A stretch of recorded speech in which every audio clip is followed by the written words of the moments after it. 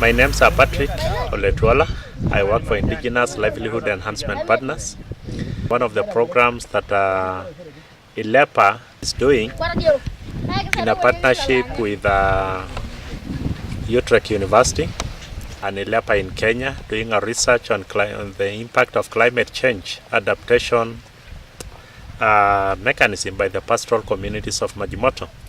On my background, you can see this very open landscape. This is essentially part of the wider Maji moto group ranch. Maji moto group ranch is one of the many land tenure arrangements in the country where pastoralist communities are found. Just a brief description of our group ranch. It is a private collective, essentially a group of often related families owning thousands of acres together, using customary rules and regulation to manage the landscape.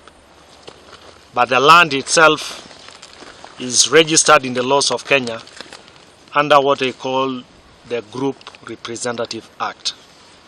But one interesting thing before even this fragmentation came in the background you could see some green patches behind the small iron sheet roofed buildings you see behind me. These are small irrigated farms. And so with the pressure in the landscape, with a demand for subsistent food like maize and beans and vegetables, you have a few Maasai pastoralists who are doing subsistent agriculture using gravity-fed irrigation. And so now you have agro-pastoralists.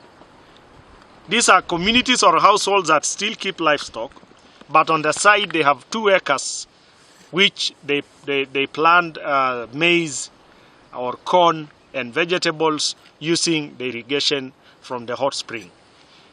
You see the livelihood activities here, the farming activities, the shopping center, kiosks activities are concentrated around the small water source. There is a hot spring which only flows on the surface for 2 kilometers and disappears underground.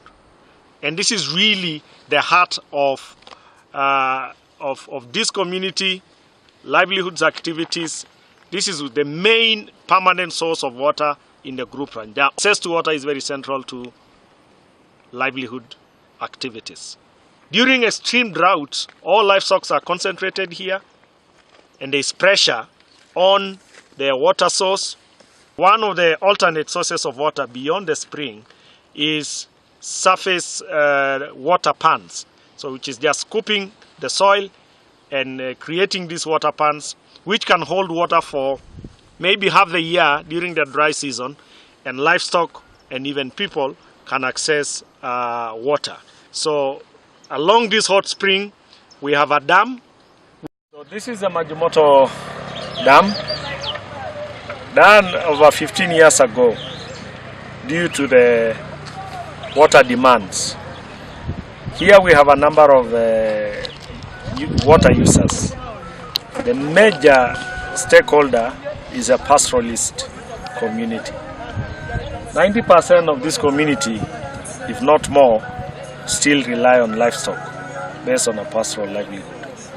So they needed a wide dam that can spread the livestock and hopefully also to manage the degradation associated with watering this livestock. For pastoralists, they water the livestock on alternate days, so they cooperate. One of the cooperation aspects associated with the dam is the watering protocols or rotational watering. So the different animals from the east, from the west of the dam, they water the livestock in different days so that you minimize the pressure and you minimize the conflict. So the dam also is a space for cooperation. But then you also have water for domestic use. Up from the source, we saw the women carrying water with their watering cans for domestic use. So the source is exclusively set aside for harvesting water for domestic use. This is another reflection of cooperation happening here. So the livestock cannot be watered at the source, they can only be watered at the dam. And then you also notice that we have 2 dams. We have this wider dam and we have a small dam up. So the upper dam is mostly also for irrigation. In front of me is farms, irrigation plot, about 400 plots of 2 acres each. Where now some of the pastoralists have gone into subsistence agriculture and they are doing agro-pastoralism. And because of the scarcity of water, again, it's only a hot spring that goes for 2 kilometers, and this water is dammed for both livestock and irrigation. They have a regime for watering the plots. So they cooperate to water the plots on both sides of the spring. So there is a strain here because water is not abundantly available throughout the year, so they have to cooperate. Sometimes there are also conflicts because somebody who has not come to water the crops feels his crop is going to die and comes at night to divert the water because it's open trenches fed through irrigation, and divert his water when it's not his turn. So you have conflict. But often they have managed to solve this conflict through their own cooperation, through their own customary laws, and enforced through social sanction, because this is one community bound by one culture, and a number of customary rules and regulations are also applied. In fact, they have also now have some guidelines and have registered themselves with the Water Users Association, so they are connected. The other key stakeholder here is institutions around the dam and the source. We saw the windmill, the pump that pumps piped water. We have a dispensary here. We have 2 primary schools, 1 government one and 1 private one. We also have a girls' secondary school, and we have also some households that access the piped water. So all these actors, the pastoralists, the agro-pastoralists, and now the kiosk owners here, who also fetch water for their small restaurants, and they must cooperate to manage the water collectively and access this scarce resource. The livestock, of course, see vegetable as pasture, and they stray into this. But often, they have managed to address these conflicts amongst themselves. So the intervention of this dam has really initiated more cooperation than conflict among the pastoral community and the other stakeholders in the group ranch. So we have people talking more, people putting more regulation, putting more schedules to access this water, and hence the usefulness and the centralness of this dam. One of the farms that the intervention that we are looking here today is a program that ILEPA has supported over the last few years on the establishment of a water irrigation system in Maji moto with the support of other partners. And this project have really expanded that it is supporting around 220 farms, but the water is not sustainable. It's an intervention that is diversifying the livelihoods of the pastoral communities of the Maasais. And in this farm that you're seeing over here is one of the beneficiaries who has taken up the initiative to do the irrigation and diversifying the source of livelihood for his family. Kwa majina naitwa Msera Nangigo toka Maji moto. Hapa ni shamba langu la maji la mimea, na hapa nilipoanza hii kazi nilianza kama miaka kama 20 sasa imeshapita, na hii imeniletea faida kwa sababu nilipotoka shuleni nilikuwa sikuwa na chochote. Sasa niliamua nijitafutie. Sasa nilianza kitambo kabisa, na sasa vile nimepata watoto ya kusomesha na hii kilimo, na tena napata chakula ya watoto wangu, na tena wanyama napata. Nimeshanua ng'ombe, mbuzi kutoka shamba, kutoka hii kilimo yangu, na hivyo kwa hivyo Hii kitu imenisaidia sana. Sipokuwa maji siku hizi imekuwa imeenda chini kabisa.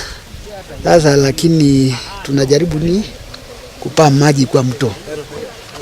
Sasa siku hizi tunapata mboga kwa hiyo maji, na tena ng'ombe inapata maji.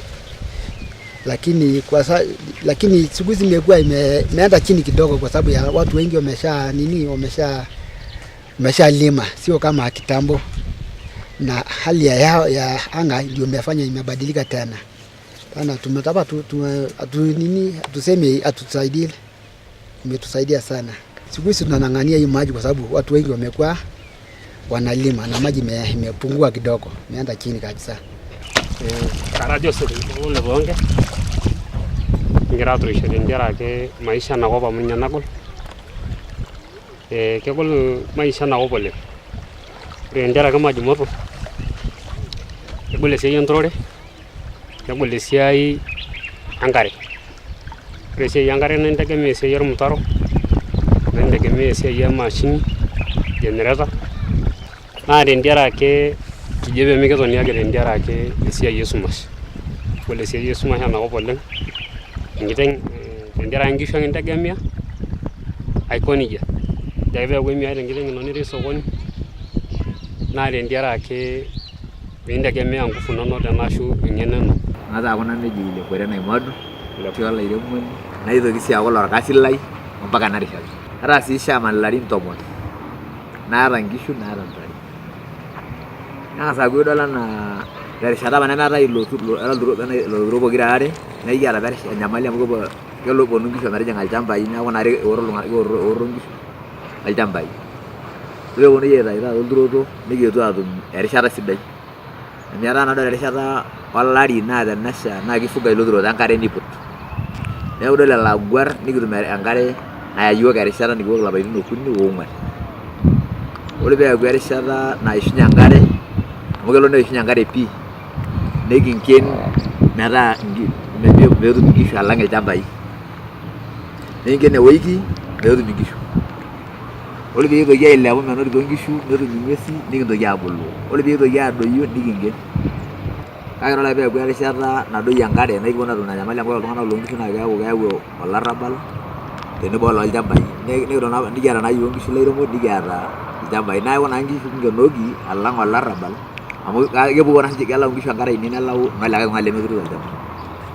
What we are seeing with land subdivision is that with many pastoralists fencing their small plots, unfortunately the plots cannot service their livestock. They still have to move out, they have to cooperate, they have to talk to neighbors. And so we really don't think the idea of fencing the 50-acre plots, which is what is given to an individual, is sustainable.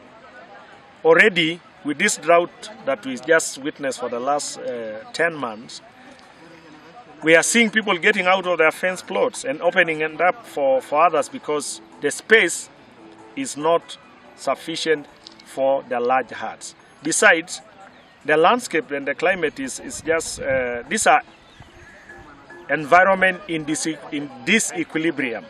So rainfall is scarce, pasture and water are scarce in space and time.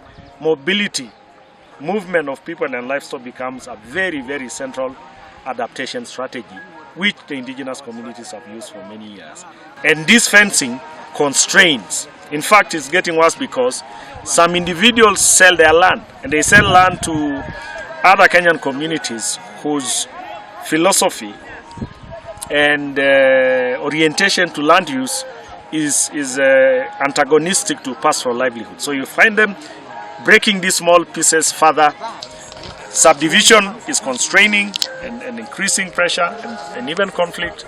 But we are seeing cooperation of these institutions to manage this water, which is very, very central to the problem.